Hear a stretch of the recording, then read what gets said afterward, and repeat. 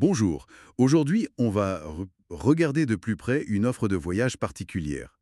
C'est un séjour de 8 jours en Turquie, organisé par Miralina Travel Tours, et on se base sur des infos qui viennent directement d'un entretien avec leur directrice commerciale. L'objectif, c'est simple, décortiquer un peu ce qu'il y a dedans. Où on va, qu'est-ce qu'on fait et comment ça se passe côté logistique.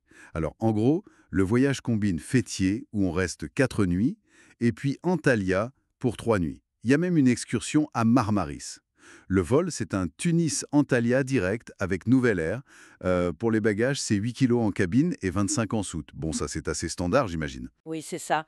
La structure, elle est assez typique pour un voyage organisé, en fait. On combine deux lieux, ici Fethilé et Antalya, pour donner un aperçu assez varié de la côte turque. L'idée, c'est clairement de proposer plusieurs types d'expériences sur une courte durée. Voilà. Hmm.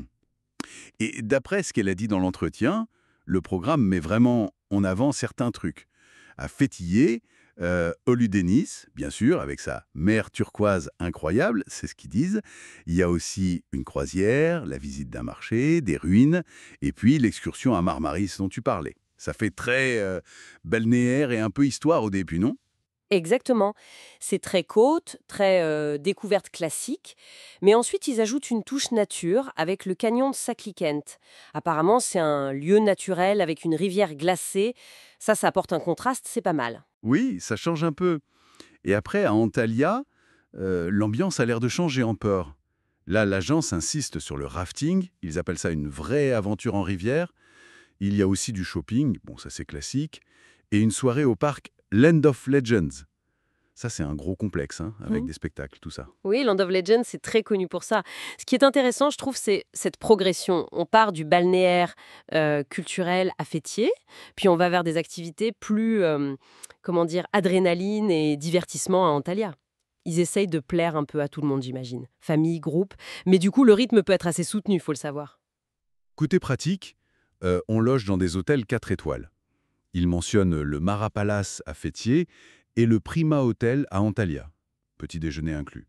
Le 4 étoiles là-bas, c'est fiable comme standard? Ben, 4 étoiles, c'est généralement un bon niveau de confort, oui.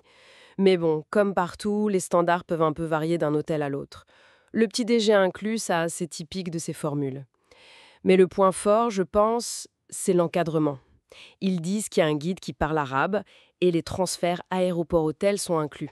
Ça, c'est un vrai plus pour ceux qui cherchent la facilité, pas de souci de langue ou de transport, quoi. D'accord. Et les prix? Pour juillet, si on part à deux, il y a deux options. Sans les excursions, c'est 3290 dinars tunisiens. Et avec les excursions, ça passe à 3690 TND. Ah, il faut rajouter 200 dinars si on part en août ou septembre. Cette structure avec ou sans excursion, c'est pas mal. Ça laisse le choix. On peut décider sur place ou juste faire le voyage de base si on a un budget plus serré ou d'autres envies. Après, il y a les tarifs enfants moins de 2 ans, 400 TND, et le supplément single, 1500 TND. Ça, c'est assez élevé, mais c'est souvent le cas pour les chambres individuelles. Ok. Et pour les papiers, passeport valide 6 mois. Ça, c'est la base. Mais l'agence a beaucoup insisté sur un truc, l'autorisation parentale pour les moins de 35 ans. Pourquoi c'est si important? Ah oui, ça. C'est crucial. C'est une spécificité pour les Tunisiens, en fait. Une exigence des autorités ici. Si on a moins de 35 ans et qu'on voyage seul, il faut absolument ce papier. Sinon, c'est simple, on risque de pas embarquer. L'agence fait bien de le marteler parce que c'est le genre de détail administratif qui peut gâcher un voyage. D'accord. Donc vraiment un point de vigilance. Exactement.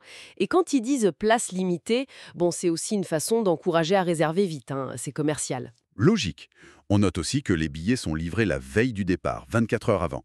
Et pour ceux que ça intéresse, les numéros de l'agence sont le 29 085 088, le 70 100 777 et le 29 417 477.